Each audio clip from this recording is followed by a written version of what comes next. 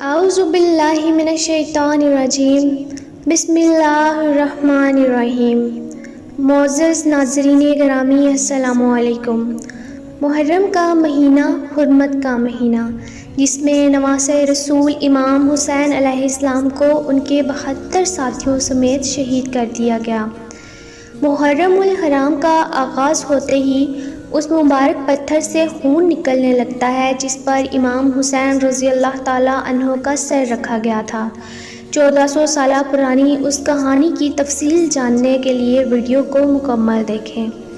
محترم ناظرین، سید الشہداء امام حسین رضی اللہ تعالیٰ عنہ کی ولادت 5 شعبان المعظم 4 ہجری کو مدینہ طیبہ میں ہوئی۔ نبی پاک صلی اللہ علیہ وآلہ وسلم نے آپ کے کان میں اذان کہی اور آپ علیہ السلام کے لیے دعا فرمائی۔ پھر 7 دن بعد آپ کا نام حسین رکھا اور عقیقہ کیا۔ سیدنا امام حسین رضی اللہ تعالیٰ عنہ کی کنیت ابو عبداللہ اور لقب ریحان رسول ہے۔ محرم الحرام سے اسلامی سنہ ہجری کا آغاز ہوتا ہے۔ اسی مہینے میں واقعہ کربلا بھی پیش آیا۔ آج ہم اس پتھر کا ذکر کریں گے جس پر شہادت کے بعد امام حسین علیہ السلام کا سر کاٹ کر رکھا گیا تھا۔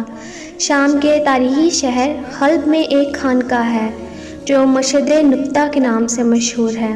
یہ وہ خانقاہ ہے جس کے راہب کی درخواست پر امام حسین کا کٹا ہوا سر ایک رات کے لیے اس خانقاہ میں رکھا گیا۔ جس جگہ پر امام حسین علیہ السلام کا سر رکھا گیا اس مقام پر سنگ مرمر کا ایک کتبہ نصب ہے جس پر اس خانقاہ کی تاریخ درج ہے جو کہ انگریزی میں ہے، اور اس کا ترجمہ کچھ یوں ہے: جب یزیدی فوج اسیران کربلا کو کوفہ سے دمشق لا رہی تھی تو اس نے اس مقام پر قیام کیا۔ اس مقام پر اسلام سے پہلے ایک خانقاہ تھی۔ اس راہب کو معلوم ہوا کہ یہ پیغمبر اسلام کا خاندان ہے اور اہل حرم کو قیدی بنا کر دمشق لایا جا رہا ہے۔ اس نے امام حسین کا کٹا ہوا سر دیکھا تو اس نے اس سر کے پہرے دار سے درخواست کی کہ وہ ایک رات اس مقدس سر کو اس کے پاس رہنے دے، اور اس کے بدلے اس راہب نے اس پہرے دار کو ایک کثیر رقم ادا کی۔ راہب نے سر مبارک ایک پتھر پر رکھ دیا اور ساری رات امام حسین علیہ السلام پر ہوئے ظلم کو سوچتا رہا۔ رات کو سر مبارک سے خون کے چند قطرے نکلے اور وہ اس پتھر پر گرے۔ صبح ہوتے ہی یزیدی فوج سر مبارک کو لے کر آگے بڑھ گئی۔ اس کے بعد جلد ہی وہ راہب مسلمان ہو گیا۔ کہا جاتا ہے کہ وہ پتھر 333 ہجری تک اسی خانقاہ میں رہا۔ 333 ہجری میں ایک بادشاہ شاہ ہمدانی نے حلب کو فتح کیا اور اس شہر کو اپنا دارالحکومت بنایا۔ وہ برابر اس پتھر کی زیارت کو جاتا رہتا اور یہاں ایک خوبصورت عمارت تعمیر کروا دی، یہاں تک کہ 333 ہجری میں ہی عثمانی بادشاہوں نے اس شہر کو فتح کیا تو اس عمارت کو اپنے ہتھیاروں کا ایک گودام بنا لیا۔ وہ لوگوں کو اس پتھر کی زیارت سے منع کرتے۔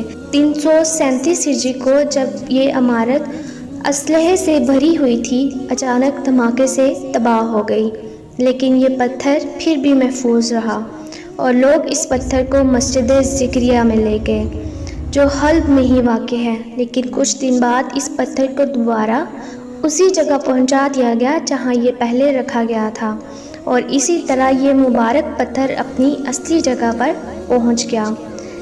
1380 ہجری میں جعفری اسلامی تعمیر نو کی سوسائٹی نے اس عمارت کو اس کے پرانے انداز میں تعمیر کروا دیا جو آج تک قائم ہے۔ اس پتھر کی خصوصیت یہ ہے کہ ہر سال محرم کے شروع ہوتے ہی اس پتھر سے خون رستا ہے، گویا اس پتھر کو کوئی زخم لگا ہو اور خون کے قطرے اس سے نکل کر بہہ رہے ہوں۔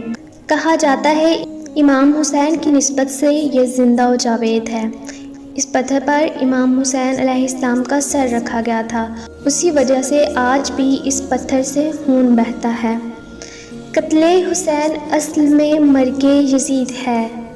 اسلام زندہ ہوتا ہے ہر کربلا کے بعد۔